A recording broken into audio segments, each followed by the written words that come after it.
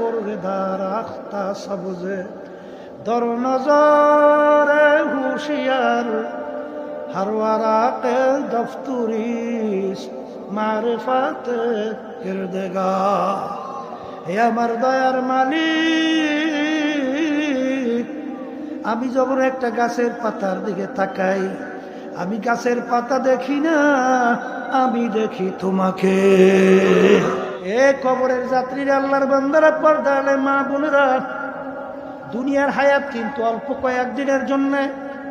এই জন্য আল্লাহ রাসূল সাল্লাল্লাহু আলাইহি ওয়াসাল্লাম বলেন, কুন ফি দুনিয়া কাআন্নাকা গারীব আও আবিরু সাবিল। হে আমার উম্মতেরা, দুনিয়াটা হলো একটা মুসাফির খানা।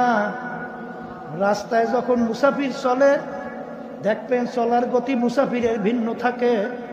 ঠিক দুনিয়ার ভিতরে তোমরা পথ চলবা ঠিক, এটা কিন্তু আমার মূল গন্তব্য না। আমাদের মূল গন্তব্য ঠিকানা হলো বেহেশত।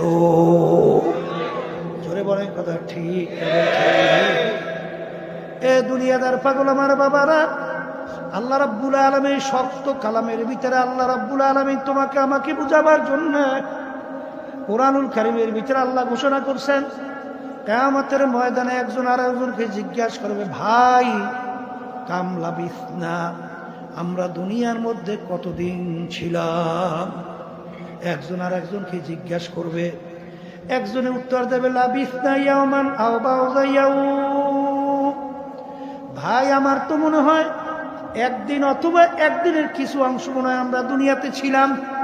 একদিন অথবা একদিনের কিছু অংশ হয়তোবা দুনিয়ার মধ্যে ছিলাম। আমি বলি না, আল্লাহ বলছে কোরআন কেন আয়াত, কথা বোঝেন? এই আর একজনে বলবেন, না না না, ফাসআলিল আদি। যারা হিসাব রাখছে তারাই বলতে পারবে আমরা দুনিয়ার মধ্যে কতদিন ছিলাম। কিন্তু আমার তো মনে হয় আমি ঘরের এক দরজার থেকে ঢুকলাম, আর এক দরজার থেকে বের হয়ে আসলাম। অর্থাৎ ঢুকলাম বের হইলাম, ঢুকলাম বের হইলাম, এরকম তো আমার কাছে মনে হয় দুনিয়ার জিন্দেগি। এ মুরব্বী আমার বাজানরা, পর্দা আলে মা বোনেরা, একটু মাঝে মাঝে একটু নিরিবিলি সময় চক্ষু বন্ধ করেন, এরপরে পিছনে হায়াতের দিকে তাকাও। দেখবা মনে হয় যেন সব কালকের ঘটনা।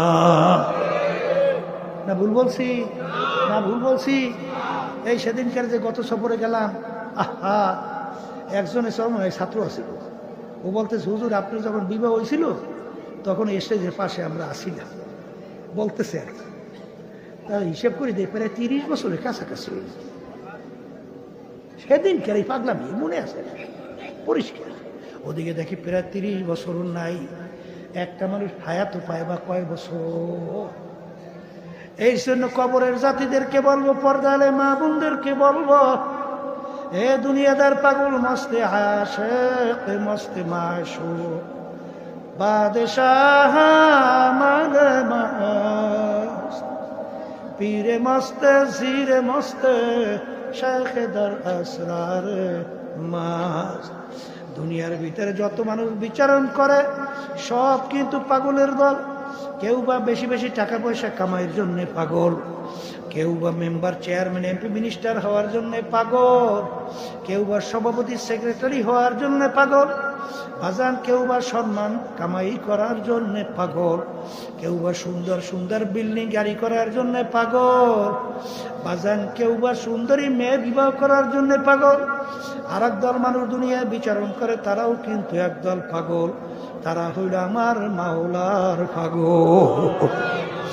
এ দুনিয়াদার পাগল আমার বাবারা, এ পর্দার আড়ালের মা বোনেরা, হাকিকত সে তো দুনিয়া বে খবর হ্যায়, দুনিয়া কি নুমাইশ পর নজর হ্যায়। এ দুনিয়াদার পাগল আমার বাবারা, দুনিয়ার ইতিহাস পইরা দেখো, ওই সিটাঙের জমিনের ভিতরে ঘুমায় আছেন আমানুর শাহ রহমাতুল্লাহি আলাইহি। আলহামদুলিল্লাহ নাহমাদুহু ওয়া নাস্তাঈনুহু ونستغفره ونؤمن به ونتوكل عليه ونعوذ بالله من شرور أنفسنا من يهده الله فلا مضل له ومن يضلل فلا هادي له ونشهد أن لا إله إلا الله وحده لا شريك له ونشهد أن محمدا عبده ورسوله أما بعد فأعوذ بالله من الشيطان الرجيم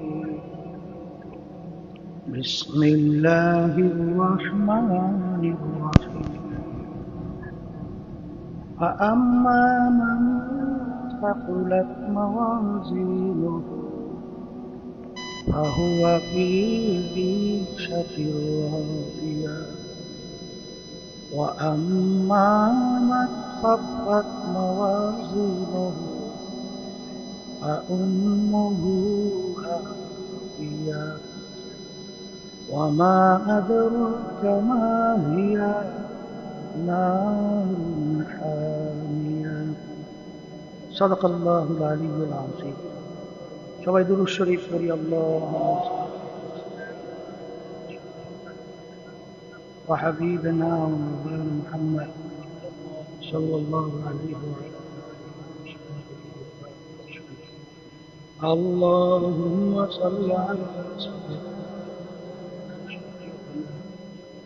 ওয়া হাবিবনা ওয়া মাওলানা মুহাম্মদ সাল্লাল্লাহু আলাইহি ওয়া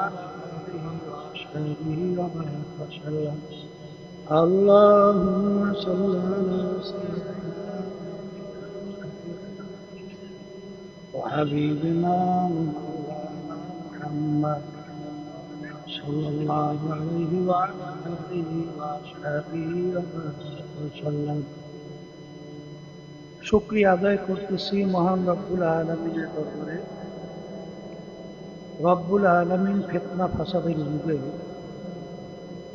দুনিয়ার সমস্ত কাজ থেকে বিরত রেখে উলামায়ে কেরামদের মজলিস, জাকিরিন, শাকিরিন, সাদিকিন অনেক আল্লাহর খাস বান্দারা এই মজলিসের মধ্যে আছে, যাদের সঙ্গে আমাদের জীবনের একটা সময় আল্লাহ রাব্বুল আলামিন কাটাবার সুযোগ করে দিচ্ছে।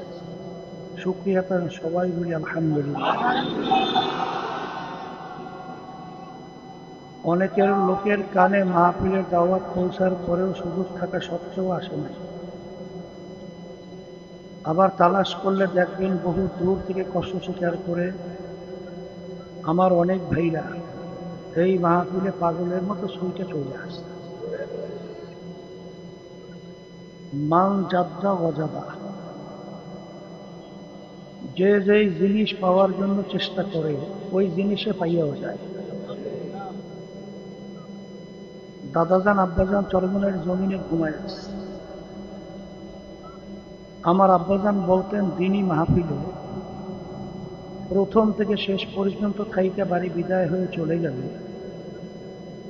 আমল নামার মধ্যে কম পক্ষে হলো 50 লক্ষ নেকির কম জমা হতেই পারে না। নিয়াত যাদের সহি আল্লাহকে রাজি খুশির উদ্দেশ্যে যারা আসছে, রব্বুল আলামিন লক্ষ লক্ষ নেকি আমল নামায় দান করবে। একটা নেকির মূল্য কত? আল্লাহ রাসূল সাল্লাল্লাহু আলাইহি ওয়াসাল্লাম উহুদ পাহাড়কে ইঙ্গিত করে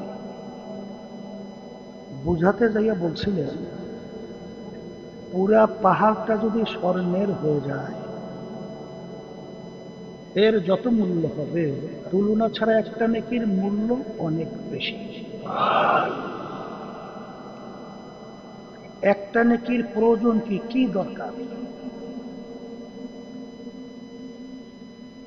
কুরআনুল কারীমের ভিতর আল্লাহ রাব্বুল আলামিন বলছেন, ফামান ইয়ামাল মিসকালা যাররাতিন খায়রান ইয়ারা ওয়া মান ইয়ামাল মিসকালা যাররাতিন শাররান ইয়ারা। আল্লাহ বলছেন কিয়ামতের ময়দান একটা নেকির জন্য যদি কারো ঠেকা বাজে তার শাস্তি তার ভোগ করতে হবে। এই আমার বাড়িতে নদীর উপার জানো? বলে জানি তো।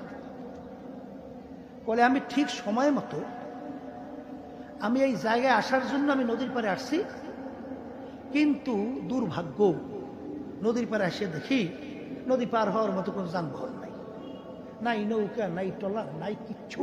কেমনে যে পার হব আর আমি সময় মতো করে যাবো কিভাবে, আমি চিন্তায় অস্থির। আল্লাহর কি কুদরত! হঠাৎ দেখি নদীর উপরে একটা গাছ আপনি আপনি পড়ে গেছে। আল্লাহর কি কুদরত!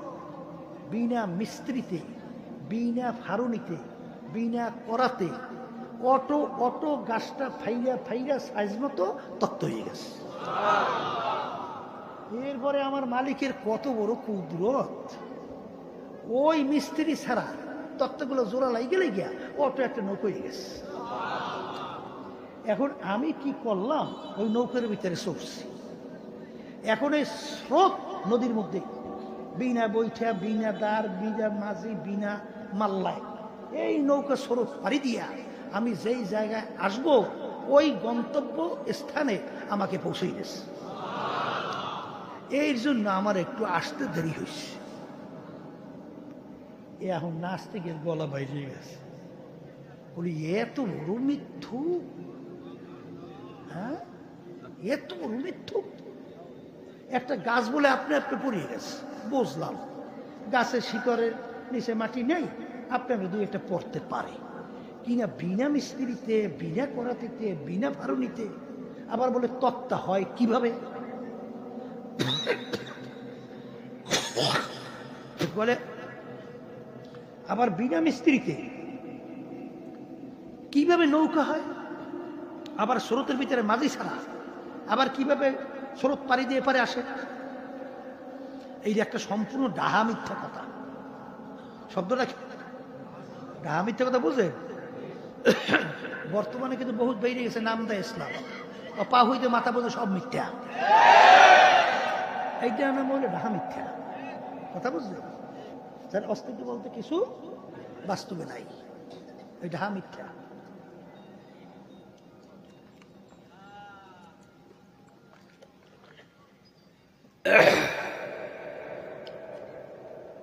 ইমামুল আজম আবু হানিফা রাহমাতুল্লাহি আলাইহি তার গলা বাইরে গেছে, নাস্তিক থাম।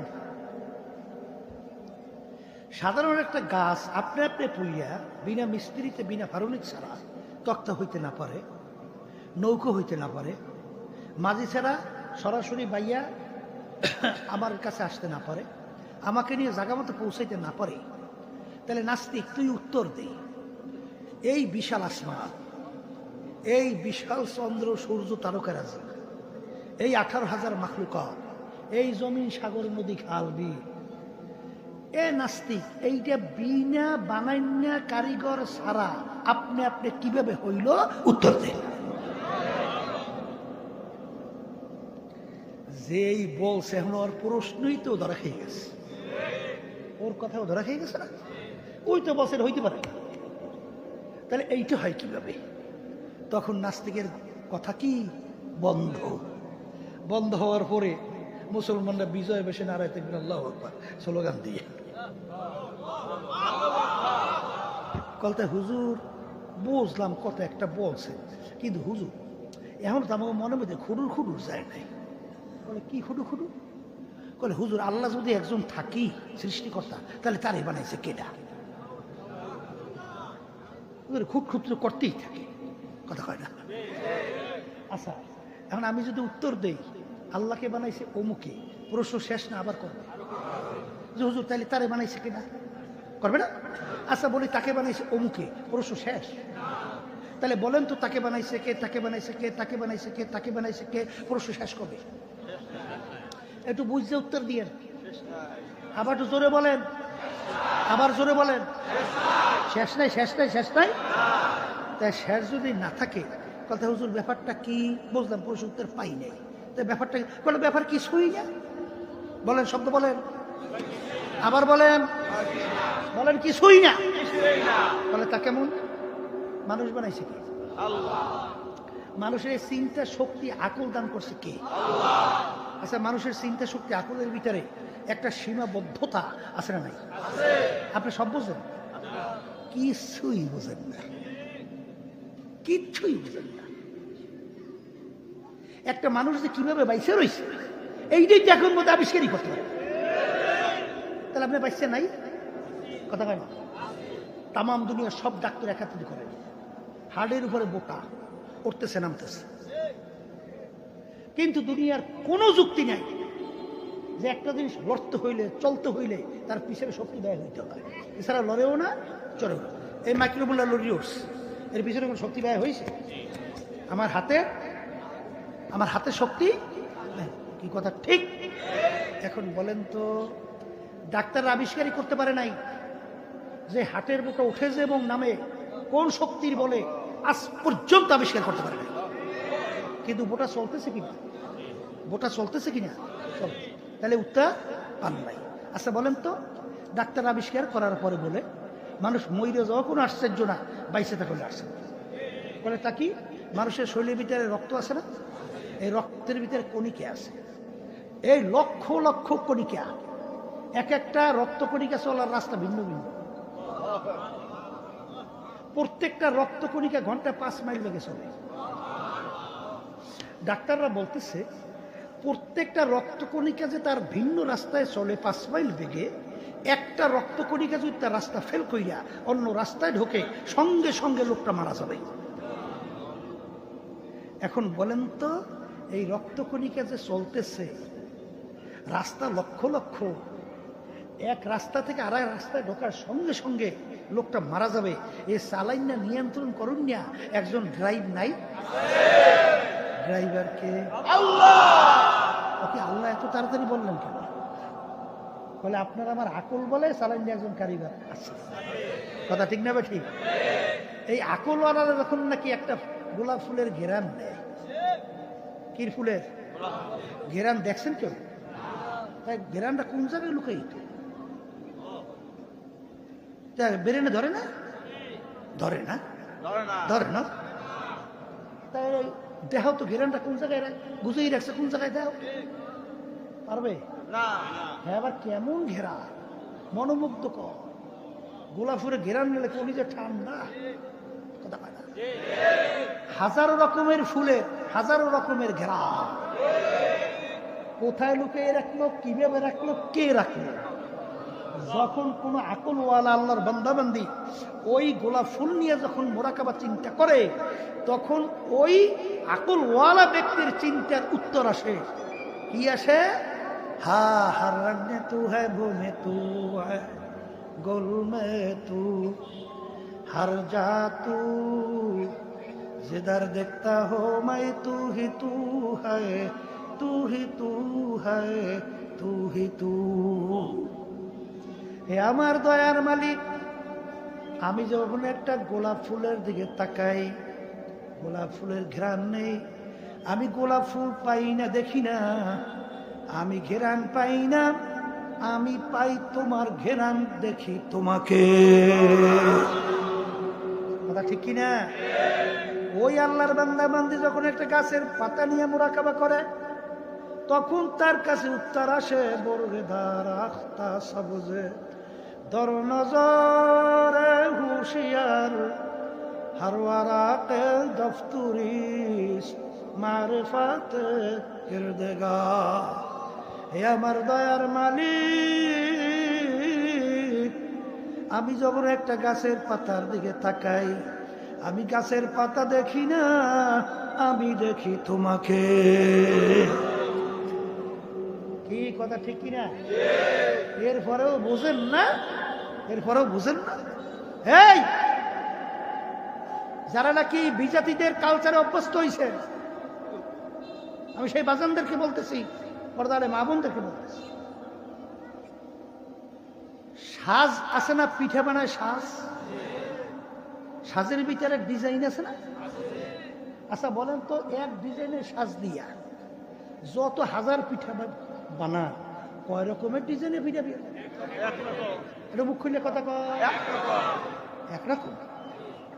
আচ্ছা, আপনার মায়ের পেট থেকে আল্লাহ রাব্বুল আলামিন 5টা 10টা সন্তান বের করছে, মায়ের পেটে সাজ কয়টা? হ্যাঁ, এক মায়ের পেটে সাজ একটাই, সন্তান বের হয়েছে তো 5-10টা। তো এক ভাইয়ের চেহারার সঙ্গে আরেক ভাইয়ের চেহারা পূর্ণ মিল পাওয়া যায় না? পাওয়া যায় না। সাজ তো একরকমের, কিন্তু বাইরে হয়েছে তো বিভিন্ন ডিজাইন। তাহলে এই বিভিন্ন ডিজাইনের যে সন্তান বের হইল, এই বানাইনা ডিজাইন কারিগর একজন নাই?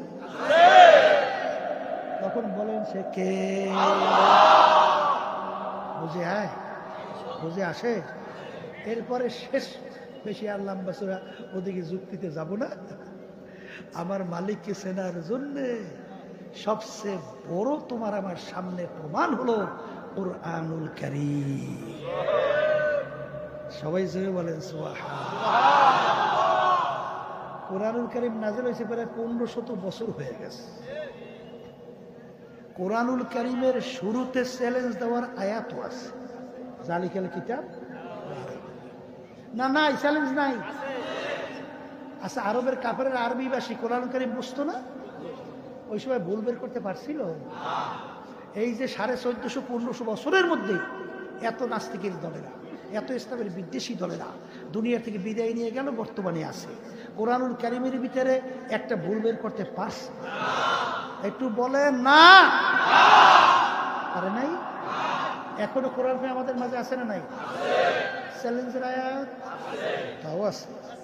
তাহলে আর বেশি লম্বা চূড়া কথা মোটেও দরকার নেই। আপনারা এখানে যারা আছেন শুধু তাই না, তামাম দুনিয়ার সব মানুষ একত্রিত হন, এবার সমস্ত মাখলুকাত একত্রিত হও। এরপরে পারলে কুরআনুল কারীমের ভিতরে একটা ভুল বের করে দেখাও। কি ও মনে করছেন নাস্তিকের বুঝি চেষ্টা করে না? করে করে চেষ্টা অল্প স্বল্প করে না। কিছুদিন আগে আমেরিকার এক পণ্ডিত মহিলা কুরআনুল কারীমের ভুল বের করার জন্য সূরা নামল নিয়ে যখন নাকি রিসার্চ করছে, মৌমাছি সম্পর্কে আল্লাহ রাব্বুল আলামিন ওই সূরার ভিতরে আলোচনা করছে। যখন নাকি মৌমাছি নিয়ে রিসার্চ করে দেখে কুরআনুল কারীমের ভিতরে যা যা বলছে এক কিঞ্চিত কোনো পরিবর্তন নাই, হুবহু 100% সব মিলে গেছে। এরপরে বৈজ্ঞানিকরা সমুদ্র নিয়ে রিসার্চ করছে। কেনিয়া একার সংক্ষেপ বাংলা বোঝেন না? আল্লাহ রাসূল সাল্লাল্লাহু আলাইহি ওয়াসাল্লাম জন্মগ্রহণ করছে মরুভূমি না?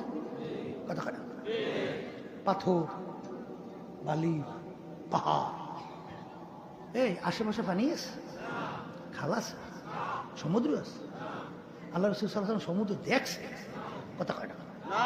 তাহলে কুরআনুল কারীমের মধ্যে সমুদ্র সম্পর্কে আলোচনা আসে নাই? না আসে নাই? আল্লাহ রাব্বুল আলামিন কি বলে? মারাজাল বাহরাইনি ইয়ালতাকিয়ান বাইনাহুমা বারযাখুল লা ইয়াবগিয়ান ফাবিআইয়ি আলা'i রাব্বিকুমা তুকাযযিবান। বনি আদমের দলেরা, আমার এই কুদরতের ভিতরে কোনটা অস্বীকার করতে পারবি? একটু পারলে পাই বাড়ি করে দেখা। বলে এই বর্তমান যুগে বৈজ্ঞানিকরা সমুদ্র নিয়ে যখন রিসার্চ করে দেখে কুরআনুল কারীমের ভিতরে যে আল্লাহ রাব্বুল আলামিন মারাজাল বাহরাইনি ইয়ালতাকিয়ান বলছেন, এখন তাকে সমুদ্রের ভিতরে হুবহু 100% মিলে গেছে। কি কথা ঠিক না বেটি? এরকম সমস্ত আয়াত নিয়ে ওরা অক্ষরে অক্ষরে রিসার্চ করছে, দেখছে কোরআনুল কারীমের ভিতরে যা যা আছে হুবহু তাই তাই সব 100% সব মিলে গেছে। এখনো কোরআন কারীম আমাদের মাঝে আছে। এখন চালাকি মালাকি দরকার নাই, চালাকি ছাড়ো। হুজুরকে গাইল দিয়ে কোনো লাভ নাই, আলমদেরকে গাইল দিয়ে কোনো লাভ নাই। কারণ তোমার কবরে তুমি যাবা, আমার কবরে আমি যাব। বুঝে শুনে কবরে যাও, একবার ঠকলে কিন্তু জেতার আশা নাই। কথা ঠিক কিনা? এখন আমার বাজানদেরকে বলবো, পর্দা আলে মাহবুবরা যারা শুনতেছে, কুরআনুল কারীম সত্য না? আর একটু আসতে বলেন, সত্য তাই সত্য হইলে কোরআন কারীমের ভিতর থেকে আমি প্রথম আয়াত শরীফ তেলাওয়াত করছিলাম, ফাআম্মা মান সাকুলাত মাওয়াজিনুহু ফাহুয়া ফি ঈশাতির রাদিয়াহ ওয়া আম্মা মান খাফফাত মাওয়াজিনুহু ফাউম্মুহু হাবিয়া ওয়া মা আদরাকা মা হিয়া নারুন হামিয়া। সাদাকাল্লাহুল আলিয়্যুল আযীম। আল্লাহ রাব্বুল আলামিন বলতেছেন, আমি মানুষগুলোকে কিয়ামতের ময়দানে উঠাবো, উঠাইয়া মানুষগুলোর আমল নাম, আমল মানে কাজ, আমল মানে কি, এইটা আমি দাড়ি পাল্লাই দিয়ে ওজন দেব। এটা কেডা বলে? কে বলে? আল্লাহ বলতেছেন, যাদের নেকের পাল্লা ভারী হবে আর গুনার পাল্লা হালকা হবে, তাদের জন্য আমি এমন মেহমান খানা বানাই রাখছি, যেই মেহমান খানার নাম হলো বেহেশত। সুবহানাল্লাহ। আল্লাহ আপনি আমার জন্য, আমাদের সবার জন্য কবুল করে নেন। আমার আল্লাহ বলেন, কিয়ামতের ময়দান আমি মানুষগুলো এবং জিন জাতির আমল নামাদারি পাল্লায় দিয়ে ওজন দেব। যাদের নেকের পাল্লা হালকা হবে, গুনার পাল্লা ভারী হবে, তাদের জন্য আমি শাস্তির জায়গা বানায়া রাখলাম জাহান্নাম। বলে বলেন নাউজুবিল্লাহ। আল্লাহ আপনি আমাকে, আমাদের সবাইকে মাফ করে দেন। সবাই আল্লাহুম্মা আমিন। এখন বাজানদেরকে বলো, পর্দারে মা বোনদেরকে বলবো, এখন বেহেশতে যাওয়ার জন্যে বলেন ঈমান নেক আমল লাগবে। আবার বলেন ঈমান নেক আমল। আচ্ছা, আর জাহান্নামে যাওয়ার জন্য গুনাহ লাগবে, গুনাহ বদামল লাগবে। কথা বলে না? এখন ভাইদেরকে বলবো, নেক আমল কামাই করতে কিন্তু কষ্ট করা লাগবে। আর আসতে বলেন কি করা লাগবে? আর দুনিয়ার সরকারে দেখবেন দুইটা নিয়ম আছে। সরকার এক শ্রেণীর মানুষকে পুরস্কৃত করে না, কথা কয় না, আর এক শ্রেণীর মানুষের জন্য জেল রাখছে না, রাখছে? আচ্ছা, এইটা কি, এই যেই মানুষটার জন্য পুরস্কৃত ওর চক্ষু দুইটা না, আর যার জন্য জেল ওর চক্ষু দুইটা না? হাতের পায়ের দিতে কোনো কাজ আছে? কোনো পার্থক্য আছে?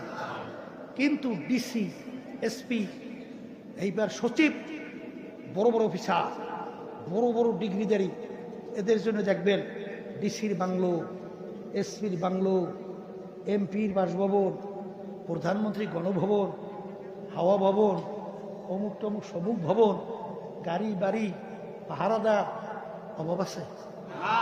এসি অভাব আছে? আচ্ছা বলেন তো, এই যে ডিসি, এসপি, বড় এসপি বা অফিসার বা ওই যে সচিব, এই পর্যায়ে যাওয়ার জন্যে কি কষ্ট করা লাগছে? ঘরে বই পেট ডলিয়া টলিয়া সব সার্টিফিকেট পাই ডিসি হয়ে গেছেন না? তাইলে এসপি ওই ডিগ্রি, ওই পুরস্কৃত হওয়ার জন্যে পরিশ্রম করা লাগছে। আর সরকার যে জেলখানা রাখছে, ওই জেলখানায় যাইতে কোনো কষ্ট লাগে না। বলে তাকে একটা রড লইবেন 4 সুতা, কয় সুতো মজা ধরে 4 সুতে, বেশি না, এই বাউ পরিমাণ একটা লম্বা, বাস এটা একটু কমই হোক। রডটা রাতে লইছেন, যাইয়া ঠান্ডা মাথায় আসতে যাইয়া ঠিক একজনের মাথায় সই করিয়া মাছ বরাবর মারছেন জোরে, একবারে 2 ভাগ মাথা, রক্ত শিরশির। বাড়ি যেতে কয় মিনিট লাগছে? হ্যাঁ, বেশি লাগে নাই? এবার কামটা হয়েছে কি, সঙ্গে সঙ্গে হ্যান্ডকাপ লাগছে, লাগিয়ে জেলের মধ্যে। তাই জেলে যাইতে কষ্ট, যেরকম নাকি দুনিয়ার জেলখানা যাইতে কষ্ট লাগে না, আর পুরস্কৃত হইতে হইলে কষ্ট করা লাগছে। তাই ঠিক আমার মালিকের মেহমানখানা বেহেশতে যাওয়ার জন্য কষ্ট করা লাগবে, আর জেলখানায় যাওয়ার জন্য কোনো কষ্ট লাগবে না। এ দুনিয়াদার পাগল আমার বাবারা, বেহেশতে যাওয়ার জন্য শীতের দিন ফজরের সময় যখন মুয়াজ্জিন আযান দেয়, আসসালাতু খায়রুম মিনান নাওম, ঘুম হইতে নামাজও ভালো, ওই সময় তো খুব আরামের ঘুম, ল্যাপ কম্বল মুড়া দিয়া ঘুমায়। ওই সময় মন চায় না শীতের মধ্যে ল্যাপ কম্বল ফালাইয়া ঠান্ডা পানিতে উজু কইরা মসজিদের ভিতরে যাবে, নামাজ পড়বে, মন কিন্তু চায় না। কিন্তু ওই সময় ল্যাপ কম্বল ফালাইয়া উজু কইরা যারা মসজিদের ভিতরে দাঁড়াবা, আমার মালিকের হুকুম পালন করছো, বেহেশতের রাস্তা আগাইয়া গেছো। এই গরমের দিন রমজান মাসে রোজা রাখা কত কষ্ট, যারা খেতে কামারে কাজ করে তারা বুঝে আরো কষ্ট। মাগরিবের আগে আগে পানির পিপাসায় গলা শুকাইয়া পানির জন্য অস্থির হইয়া পানির ভিতরে ডুব দিও, পানি পান করে না। আর এক শ্রেণীর দেখবেন ওই রমজান মাসের মধ্যে আমার মালিকের সঙ্গে চ্যালেঞ্জ করে মনে হয় যেন দিনে দুপুরে খায়। চ্যালেঞ্জটা কি কার সঙ্গে হয়? রোজা ফরজ কি আমি করছি? কোন পীর মুফতি মুহাদ্দিস করছে? না, আল্লাহ করছে। কপাল ফোড়া, তুই যে প্রকাশ্যে এরকম আল্লাহর সঙ্গে চ্যালেঞ্জ করিয়া দিনে দুপুরে রোজায় খাইলি, তুই মনে রাখিস আল্লাহ মাফ করুক। সবাই অবস্থান তো দিলে জানি না, এমন কোন কাজ কইরো না যে সিনার ভিতরে কলমের ভিতরে মোহর যেন না পড়িয়ে যায়। এই হুকুমটা আমার না, এই হুকুমটা আল্লাহ। তাহলে রমজান মাসে রোজা রাখছেন, পেটের ক্ষুধা, পানির পিপাসা, এই আর এক শ্রেণীর খানা দানা খাইয়া পেট ফুলাইয়া না দুষ নুদুস, ওর কি কোনো কষ্ট লাগছে? কিন্তু বেহেশতে যাওয়ার জন্য রোজা রাইখা ইফতারের সময় পানির পিপাসায় কলিজা শুকিয়ে গেছে, পানি খান নাই, কষ্ট করা লাগছে না? এই আল্লাহর বান্দারা, বর্তমানে পর্দা, পর্দা শব্দটা কি? পর্দা, এই হুকুমটা কার? আল্লাহ। না কোনো পীরের, না কোনো মুফতি, না কোনো মুহাদ্দিসের। এই পর্দা হুকুমটা তো আল্লাহর হুকুম, ফরজ, তো আমার না, তো আমার না। তাহলে যেহেতু পর্দা হুকুম আল্লাহর ফরজ, বর্তমানে কিন্তু বহুত ইসলামের নামে দল আছে, কিন্তু পর্দাকে নিয়ে টিটকেরি মারে। ছেলেরা সরো, মেয়ে বন্ধুরা আসো, বৈষম্য দূর করা হবে। নাউজুবিল্লাহি মিন জালিক, কেউ যদি যাই না সই না বুঝা এই কথা বলে, মহিলা পুরুষের ভিতরে পার্থক্য, এই অবস্থান কে রাখছে? আল্লাহ। যদি কেউ বুঝা সই না এটা বৈষম্য বলে আর এটাকে টিটকারি মারে, ওইটা মুসলমান তো দূরের কথা, কাফের হইয়া যায়, কাফের হইয়া যায়। একজন নামাজ পড়ে নাই, ভিন্ন জিনিস, গুনাহ হইছে, কিন্তু নামাজ লাগে কিসে? সমস্ত ফতুয়া দেখবেন কাফের, সমস্ত ফতুয়া কাফের। পর্দা হুকুম ফরজ টাকার আমার, হ্যাঁ? নাহলে তোমরা সবাই মিলে একা দিলে ফতুয়া দাও যে পর্দা ফরজ, এটা ফরজ তো দূরের কথা, এটা কিছু দাও, ফতুয়া দাও।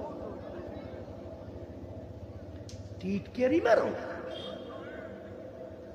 ইমান আছে কিনা তালাশ করে দেখো। আর এই শ্রেণী দেখবেন চরমনের বিরুদ্ধে লাইকে খালি বন্ধন করতেই থাকে, আর একটা ডাইরেক্ট কাহুতে মাথা মাথা সব মিথ্যা বলতেই থাকে।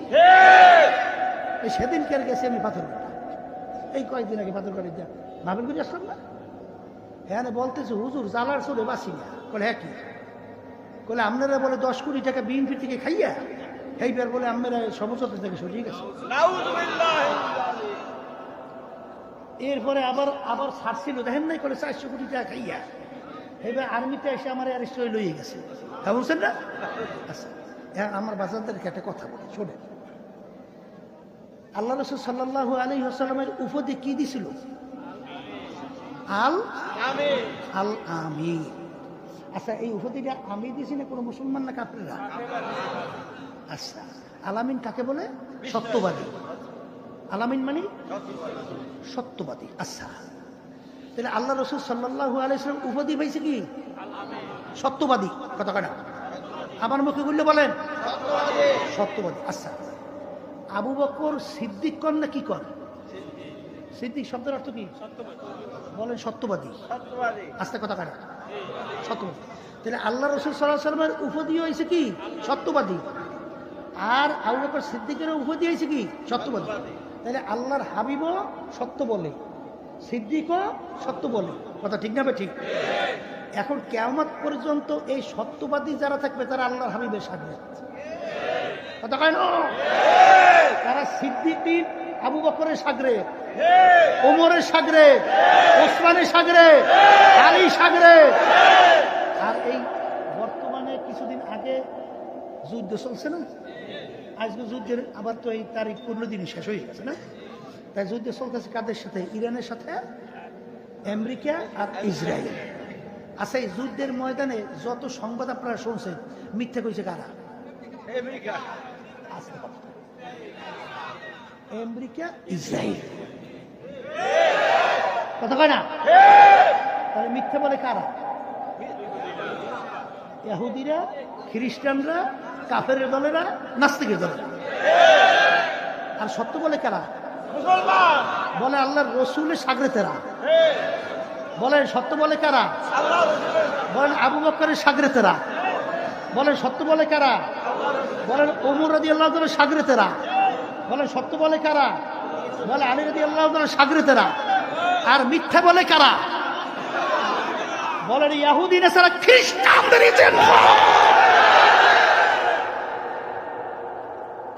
মোল্লা জিয়াউর রহমাতুল্লাহি আলাইহি এই দিছে আমি একটা উদাহরণ পাথরঘাটায়, বুঝছেন? আর একটা উদাহরণ দিছি,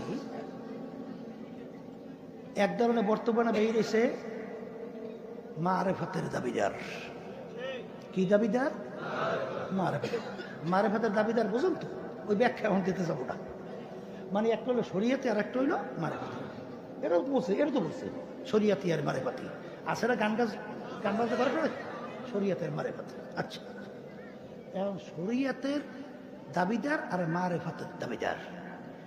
মারেফাতের দাবিদাররা বলে যে কালাম হলো 90,000 কালাম। আমরা মারেফাতের দাবিদাররা আমরা কালাম জানি 60,000। আর যারা শরীয়তের দাবিদার তারা কালাম জানে 30,000। তাহলে আমাকে ওরা 2 গুণ বেশি। তাহলে শরীয়তে আলিম মানে আমরা, আর মারেফাত তো দেখা যায় না, ওইলো গোপনীয় আমলের অধিকারী হইল তারা। আচ্ছা, বলে 90,000 কালাম পাইছো কই? বলে 90,000 কালাম ওই যে আল্লাহ রাসূল সাল্লাল্লাহু আলাইহি ওয়াসাল্লাম সবে মেরাজে গেছিল না, তখন আল্লাহর সঙ্গে কথা বলছে না, তখন কথা বলছে 90,000। কথা বুঝছেন না বুঝেন নাই? সেই জন্য ওরা কয় কি কালাম কত? আচ্ছা, এখন আমি একটা প্রশ্ন আপনাদেরকে করি। বুঝলেন, আল্লাহ রাব্বুল আলামিনের সঙ্গে আল্লাহ রাসূল সাল্লাল্লাহু আলাইহি ওয়াসাল্লাম যখন কথা বলছে, তখন ওখানে আল্লাহ এবং আল্লাহ রসুল ছাড়া তৃতীয় ছিল কে? কেউ ছিল না। আচ্ছা বলেন তো, জিবরাইল আলাইহিস সালাতু ওয়াস সালাম হচ্ছে বড় ফেরেশতা কেউ আছে? আচ্ছা, যখন আল্লাহর হাবিব এবং আল্লাহ রাব্বুল আলামিন কথা বলছেন, জিবরাইল আলাইহিস সালাতু ওয়াস সালাম তো আল্লাহর হাবিবকে নিয়ে গেছে। ওই যে আল্লাহর হাবিব আল্লাহর ঘরের সামনে মিটার দেখছেন না, ওটার কি বলা হয়? হ্যাঁ, ওই ওখানে আল্লাহর হাবিব শুই নবী কাপ্তান, ওটা যদি কি আমরা ভুলে গেছি, হাতিম হাতিম হাতিম হাতিম হাতিম হাতিমের ওখানে আল্লাহর হাবিব ঘুমিয়ে গেছে। মিকাইল আলাইহিস সালাতু ওয়াস সালাম আসছে আর জিবরাইল আলাইহিস সালাতু ওয়াস সালাম আসছে, আল্লাহর হাবিব শুয়ে রয়েছে, আসছে বোরাক নিয়ে, বলতেছেন আল্লাহর হাবিব উর্দু গমনে যাইতে হইবে, আল্লাহ হুকুম করছেন বোরাকের মধ্যে ওঠেন। নিয়ে গেছে। আচ্ছা, নিয়ে যাওয়ার পরে মাঝখানে অনেক ঘটনা, ওদিকে আমি লম্বা যাবো, আমি সংক্ষেপে বুঝতে বলছি। তা এমন একটা জায়গায় দুইজন চলতেছে, জায়গা শেষ। জায়গা শেষ না মানে একটা জায়গা যে পড়ছে। এখন জিবরাইল আলাইহিস সালাতু ওয়াস সালাম বলতেছেন, আল্লাহ রাসূল সাল্লাল্লাহু আলাইহি ওয়াসাল্লাম, এখন সামনে আপনার একা চলতে হবে, সামনে এক পাও দেওয়ার শক্তি আমার নাই, যদি সামনে যাই পুরো আমি সারকার হয়ে শেষ হয়ে যাবো, এখন আপনার একা যাইতে হবে। তাহলে জিবরাইল আলাইহিস সালাতু ওয়াস সালাম সাথে যাইতে, তাহলে কথা বলছে আল্লাহ এবং আল্লাহর রসুল। তো ওখানে আল্লাহ এবং আল্লাহর রসুল যে কথা বলছে, সেখানে 90,000 বলছে না 60,000 বলছে না 1 লাখ বলছে? ওই যে নামাজ নাই, রোজা নাই, সুন্নাত নাই, পর্দা নাই, এই বেদাতি ওই মারেফতের দাবিদার ওরা আসলে কেডা? কেউ না, কথা বলে না, কেউ আসলে না। তাহলে কথাটা সত্য না মিথ্যা? কথাটা মিথ্যা। আচ্ছা, পাইলাম মিথ্যা। আচ্ছা বলেন তো, বিএনপি আমাকে 400 কোটি টাকা দিয়েছে, 20 কোটি টাকা দিয়েছে, 10 কোটি টাকা দিয়েছে। তাই বিএনপি যখন টাকা দিয়েছে, বিএনপি দিয়েছে, আমরা লেনদেন করছি, আমরা আছি। আচ্ছা বলেন তো, যারা নাকি বলতেছে 10 কোটি 400 কোটি, ওরা আছে ওখানে কেডা কেডা? কেউ নাই। তাহলে কথাটা সত্য মিথ্যা? তাহলে ওই পা হইতে মাথা কোন দেখবেন খালি মিথ্যা বোঝায়। কথা বলছেন? মাকদুব আলাই, আল্লাহ লানত। জানিয়ে রেখে পাগলামি করে ফসলা যাইবে, ফাইজলামি করা যাইবে, কিন্তু নাজাত পাওয়া যায় না। মা আনা আলাইহি ওয়া আসহাবি, আল্লাহ নবী সাল্লাল্লাহু আলাইহি ওয়াসাল্লাম বলেন, আমি এবং আমার সাহাবারা যেই নীতি আদর্শের মধ্যে আছি, যারা কিয়ামত পর্যন্ত এই নিয়ম অনুযায়ী চলবে, তারাই নাজাত পাইয়া জান্নাতি। এই মিশকাত শরীফ হাদিসে আসছে, তারপর তিরমিজি শরীফ হাদিসের মধ্যে আসছে, হাদিস কিন্তু সহিহ। আমার উম্মতে দল হবে 73, এর ভিতরে 72 দল ধ্বংসপ্রাপ্ত, একটা দল নাজি। মা আনা আলাইহি ওয়া আসহাবি। এ কবরের যাত্রীরা, আল্লাহর বান্দারা, পর্দা আলে মা বোনেরা, দুনিয়ার হায়াত কিন্তু অল্প কয়েকদিনের জন্য। এই জন্য আল্লাহ রাসূল সাল্লাল্লাহু আলাইহি ওয়াসাল্লাম বলেন, কুন ফি দুনিয়া কাআন্নাকা গারীব আও আবিরু সাবিল। হে আমার উম্মতেরা, দুনিয়াটা হলো একটা মুসাফির খানা। রাস্তায় যখন মুসাফির চলে, দেখবেন চলার গতি মুসাফিরের ভিন্ন থাকে। ঠিক দুনিয়ার ভিতরে তোমরা পথ চলবা ঠিক, এটা কিন্তু আমার মূল গন্তব্য না। আমাদের মূল গন্তব্য ঠিকানা হলো বেহেশত। জোরে বলেন কথা ঠিক? এ দুনিয়াদার পাগল আমার বাবারা, আল্লাহ রাব্বুল আলামিন শক্ত কালামের ভিতরে আল্লাহ রাব্বুল আলামিন তোমাকে আমাকে বুঝাবার জন্য কুরআনুল কারীমের ভিতরে আল্লাহ ঘোষণা করছেন, কিয়ামতের ময়দানে একজন আর একজনকে জিজ্ঞাসা করবে, ভাই কাম লাবিসনা, আমরা দুনিয়ার মধ্যে কতদিন ছিলাম? একজন আর একজনকে জিজ্ঞাসা করবে। একজনে উত্তর দেবে, লাবিসনা ইয়াওমান আও বা'যা ইয়াওম। ভাই আমার তো মনে হয় একদিন অথবা একদিনের কিছু অংশ মনে হয় আমরা দুনিয়াতে ছিলাম। একদিন অথবা একদিনের কিছু অংশ হয়তোবা দুনিয়ার মধ্যে ছিলাম। আমি বলি না, আল্লাহ বলছে কোরআন কেন আয়াত। কথা বলছেন? এই আর একজনে বলবেন, না না না, ফাসআলিল আদি। যারা হিসাব রাখছে তারাই বলতে পারবে আমরা দুনিয়ার মধ্যে কতদিন ছিলাম। কিন্তু আমার তো মনে হয় আমি ঘরের এক দরজার থেকে ঢুকলাম, আর এক দরজার থেকে বের হয়ে আসলাম। অর্থাৎ ঢুকলাম বের হইলাম, ঢুকলাম বের হইলাম, এরকম তো আমার কাছে মনে হয় দুনিয়ার জিন্দেগি। এ মুরব্বী আমার বাজানরা, পর্দা আলে মা বোনেরা, একটু মাঝে মাঝে একটু নিরিবিলি সময় চক্ষু বন্ধ করেন, এরপরে পিছনে হায়াতের দিকে তাকাও। দেখবা মনে হয় যেন সব কালকের ঘটনা। না ভুল বলছি? না ভুল বলছি? এই সেদিনকার যে গত সফরে গেলাম, আহা, একজনের সময় ছাত্র আছিল, ও বলতেছে, হুজুর আপনি যখন বিবাহ হয়েছিল তখন স্টেজের পাশে আমরা আসিলাম। বলতেছে আর কি, তার হিসেব করে দিয়ে প্রায় 30 বছরের কাছাকাছি। সেদিনকার এই পাগলামি মনে আছে পরিষ্কার। ওদিকে দেখি প্রায় 30 বছরও নাই। একটা মানুষ হায়াত পায় বা কয় বছর? এই জন্য কবরের জাতিদেরকে বলবো, পর্দা আলে মা বোনদেরকে বলবো, এ দুনিয়াদার পাগল মস্তে আশিক মস্তে মাশুক বাদশাহ মাগে মাস্ত পীরে মস্তে জিরে মস্তে শেখ দর আসরার মাস্ত। দুনিয়ার ভিতরে যত মানুষ বিচারণ করে সব কিন্তু পাগলের দল।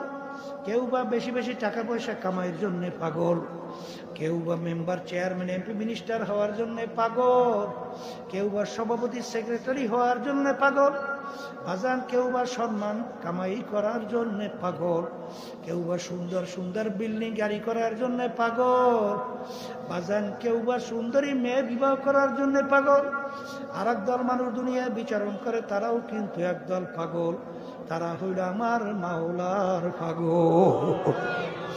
এ দুনিয়াদার পাগল আমার বাবারা, এ পর্দার আড়ালের মা বোনেরা, হাকিকত আছে তো দুনিয়া বে খবর হ্যায়, দুনিয়া কি নুমাইশ পর নজর হ্যায়।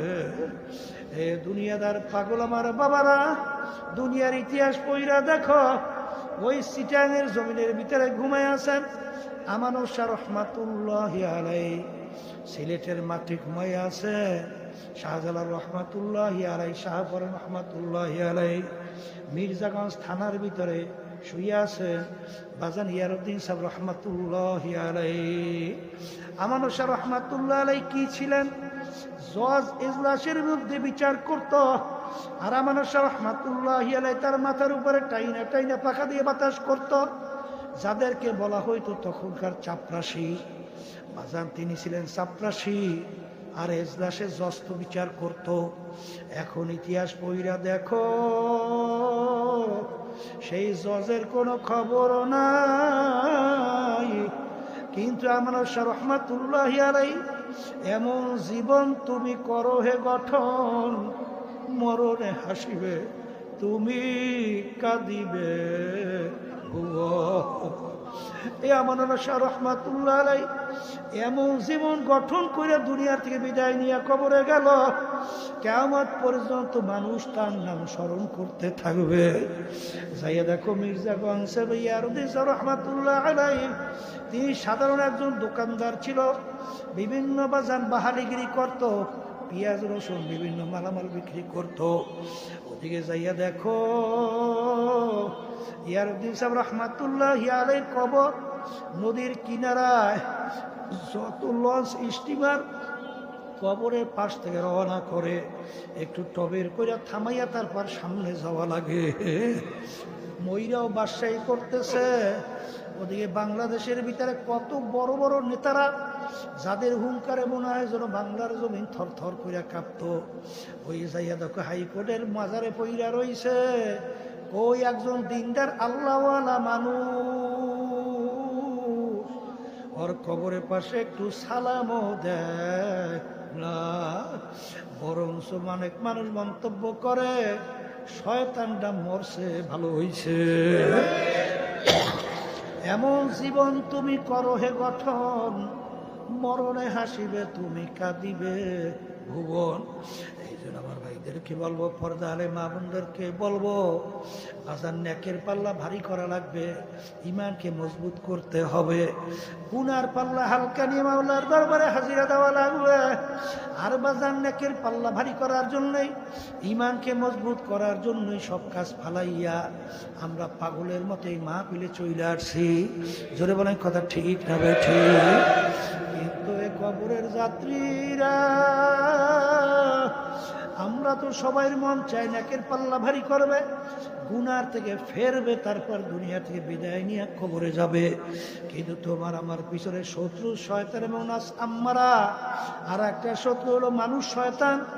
এই তিন আক্রমণ শত্রু থেকে বাঁচার জন্য আমার মালিক তোমাকে আমাকে হুকুম করছেন, ওয়াকুনু মা'আস-সাদিকিন, তোমরা সাদিকিন বান্দাদের সঙ্গী হইয়া যাও।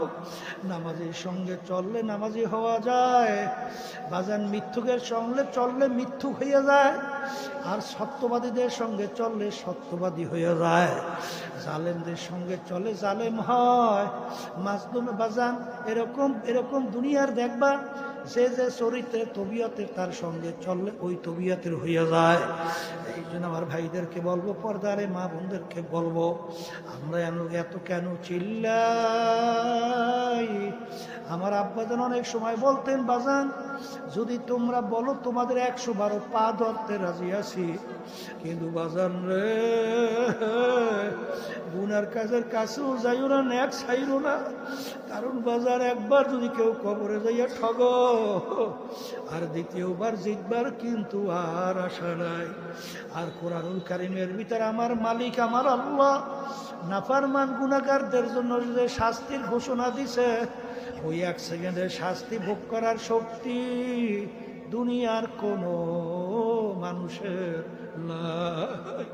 আল্লাহর হাবিব সাল্লাল্লাহু আলাইহি ওয়াসাল্লাম তার অল্প বয়সে তার দাড়ি মুবারক পাইকে গেল, তার পিঠ মুবারক গুজো হয়ে গেল। সাহাবায়ে কেরাম প্রশ্ন করলেন, আল্লাহর রাসূল এত অল্প বয়সে আপনার দাড়ি মুবারক কেন পাইকে গেল, আপনার পিঠ মুবারক কেন গুজো হয়ে গেল? আল্লাহর হাবিব বলেন, ও আমার সাহাবারা, আমি যা দেখি তোমরা তা দেখো না, আমি যা জানি তোমরা তা জানো না, আমি যা শুনি তোমরা তা শোনো না। আরে কোরআনুল কারীমের মধ্যে রব্বুল আলামিন বেনমাজি যারা 5 ওয়াক্ত ঠিকমতো নামাজ পড়ে না, বেরোজগারীরা যারা ঠিকমতো রমজানের রোজা রাখে না, বেপরদায় চলুনেরা যারা আল্লাহর হুকুম পর্দা ফরজ মানে না, যারা মিথ্যা কথা বলে, জুলুম করে, হারে যারা দুর্নীতি করে, যারা চাঁদাবাজি করে, যারা জুলুম করে, অন্যায় করে, হারে এক কথায় নাফরমানি করে, তাদের ব্যাপারে আমার মালিক যে আযাব ও গজবের ঘোষণা দিয়েছে, ওই 1 সেকেন্ড আযাব সহ্য করার শক্তি দুনিয়ার কোনো মানুষের নাই। আমার উম্মত কিভাবে জাহান্নামের আগুনে জ্বলবে, এই চিন্তায় চিন্তায় আমি রসুলের দাড়ি পাইখা গেল, আমার পিঠ গুজো হইয়া গেল। এ কবরের যাত্রী আল্লাহর হাবিব কিন্তু তার নিজের চিন্তায় পিঠ মোবারকও গুজো হয় নাই, দাড়ি মোবারকও পাকে নাই। তোমার আমার চিন্তায় আল্লাহর হাবিবের দাড়ি মোবারক পাইখা গেল, পিঠ মোবারক গুজো হয়ে গেল। এ দুনিয়াদার পাগল, আজকেও মাগরিবের পরে এশার আগে আমরা যখন আমাদের মাওলানা মুসলিম সাহেব রহমাতুল্লাহি আলাইহি তার বাড়িতে যখন নাস্তা করতেছিলাম, তার ছেলে বলতেছে তার চাচার কথা, চরমনের মুজাই ছিল খাঁটি, খুব বেশি মাওলার জিকির করত। বাজান কয় বছর পরে, 2 বছরের বেশি পরে কবর ভাঙ্গা গেছিল। বলতেছে, হুজুর কাপড়েরও কিছু হয় না। দুনিয়াদার পাগল আমার বাবারা, বাজান কয়েক মাস আগে আমি গেছিলাম কুড়িগ্রামে। চরমনে একজন মুজাহিদ, নাম অনেকে ঘুঘু মুন্সি কইয়া ডাকতো, আসলে নাম আছিল বশির উদ্দিন মুন্সি।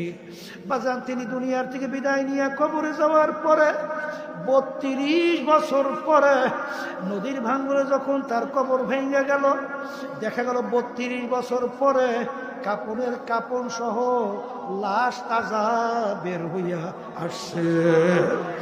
অনেক জাতীয় পত্রিকায় ছবি সহ দিয়া দিছিল। কে কে দেখছেন এত জানত? আল্লাহু আকবার।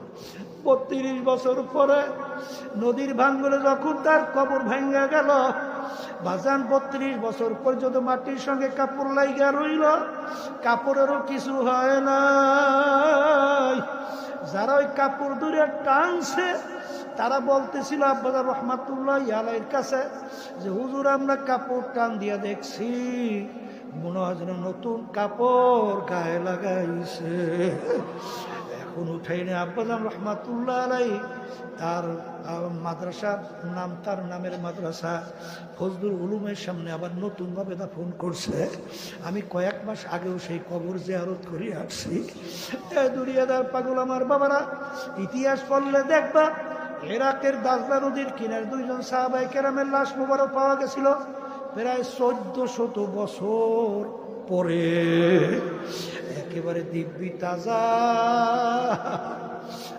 আরে আমির হামজা রাদিয়াল্লাহু তাআলা আনহু শাহাদাত বরণ করার পরে প্রায় 50 বছর পরে যখন তার লাশ মোবারক বের হয়ে আসলো, একেবারে দিব্যি তাজা মনে হয় এখন ঘুমাইয়া রইছে।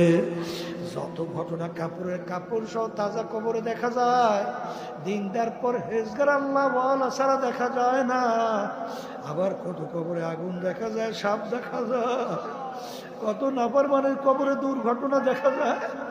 যত দুর্ঘটনা কবরে দেখা যায়,